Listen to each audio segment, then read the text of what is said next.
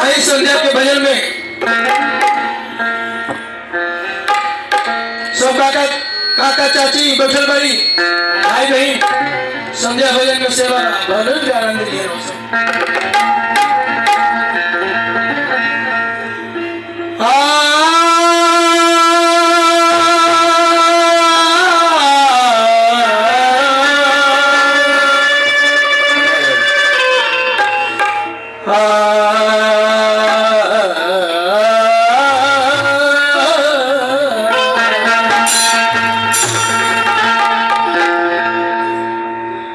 दुनिया में जितना चीज है वो सब देखत बनी सोई माया के बाजार में माया में लोग भुलाई पड़े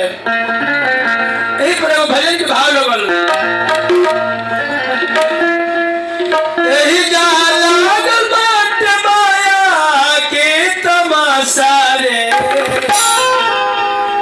केहू पर केहू के आशा नहीं